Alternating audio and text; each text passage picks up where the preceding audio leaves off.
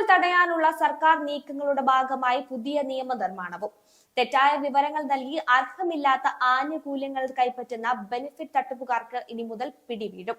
പിഴയടയ്ക്കാത്ത കുറ്റവാളികൾ എന്ന് കണ്ടെത്തുന്നവരുടെ ഡ്രൈവിംഗ് ലൈസൻസുകൾ ഇനി മുതൽ റദ്ദ് ചെയ്യാനാണ് സർക്കാർ തീരുമാനം. തെറ്റായ വിവരങ്ങൾ നൽകി അർഹമല്ലാത്ത ആനുകൂല്യങ്ങൾ കൈപ്പറ്റിയാൽ ഇനി പിടിവീഴും.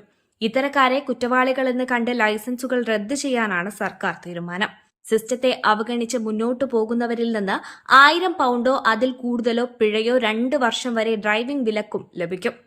സർക്കാർ സംവിധാനങ്ങളെ വഞ്ചിക്കുന്നവർക്ക് വലിയ പ്രത്യാഘാതങ്ങൾ ഉണ്ടാകുന്നതാണ് ഈ നിയമനിർമ്മാണമെന്ന് work and pension secretary Liz Kendall വ്യക്തമാക്കി. മുൻ കൺസർവേറ്റീവ് സർക്കാർ പ്രഖ്യാപിച്ച സ്കീമിനെ അനുകരിക്കുന്ന തരത്തിൽ ടാർഗറ്റ് അന്വേഷണങ്ങളെ സഹായിക്കുന്നതിന് ആനുകൂല്യങ്ങൾ അവകാശപ്പെടുന്നവരെ കുറിച്ചുള്ള അക്കൌണ്ട് വിവരങ്ങൾ കൈമാറാൻ ബാങ്കുകളെ നിർബന്ധിക്കുന്ന പുതിയ അധികാരങ്ങളും ഈ പദ്ധതിയിൽ ഉൾപ്പെടും. എന്നാൽ ഇതിന് ബാങ്കുകളിൽ നിന്നും സ്വകാര്യത ആവശ്യപ്പെടുന്ന വ്യക്തികളിൽ നിന്നും ശക്തമായ എതിർപ്പുകൾ ഉണ്ടാകാനുള്ള സാധ്യതയാണ് മുന്നിലുള്ളത്. പാൻഡമിക് സമയത്ത് നടന്ന സങ്കീർണമായ തട്ടിപ്പ് കേസുകൾ അന്വേഷിക്കാൻ കൂടുതൽ സമയം പബ്ലിക് സെക്ടർ ഫ്രോഡ് അതോറിറ്റിക്ക് ഈ കരട് നിയമവും നൽകുന്നുണ്ട്. സംശയാസ്പദമായ കേമുകൾ കൂടുതൽ ഫലപ്രദമായി തിരിച്ചറിയാൻ ബാങ്കിംഗ് ഡാറ്റ DWP അന്വേഷകരെ സഹായിക്കുമെന്നും ഇതിലൂടെ നികുതിദായകർക്ക് 5 വർഷത്തിനുള്ളിൽ 1.6 ബില്യൺ പൗണ്ട് ലാഭം ഉണ്ടാകുമെന്നുമാണ് പ്രതീക്ഷ.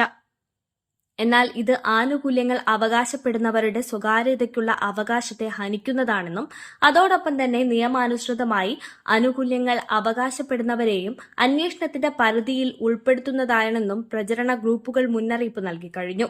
എന്നാൽ ബാങ്ക് അക്കൌണ്ടുകൾ ആക്സസ് ചെയ്യാൻ DWPക്ക് അധികാരമില്ലെന്ന് വിമർശകരെ അഭിമുഖീകരിച്ച മന്ത്രിമാർ ശക്തമായി പ്രതികരിച്ചു.